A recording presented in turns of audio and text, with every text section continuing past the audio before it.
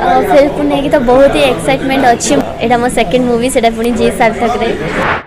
तेबे दर्शक बंधु जी सार्थक नहीं आसी आपण मानक पई एक नूतन चलचित्र जार नाम रही कुलांगार 2। एथिरे आपण वरिष्ठ एक्टर कुना त्रिपाठी सहित नीलाक्ष पात्र को मध्य देखा पाइबे। तेबे एई मूवी केबे रिलीज होबाकू जाउची जदि आपण जानिबाकू चाहछंती तेबे वीडियो टिक प्रथम शेष पर्यंत देखंतु। यदि प्रथम थर पे हम चैनल को आछंती तेबे चैनल को सब्सक्राइब कर नियंतु आ पाखरे आस्थिया बेल आइकन को दबाई दियंतु जा फल रे पर कि नुवा नुवा अपडेट जानिबाकू पाइबे।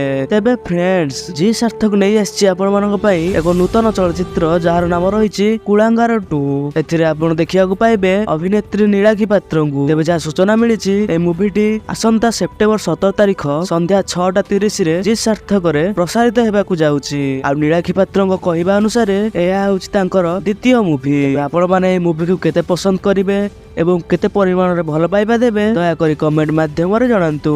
धन्यवाद।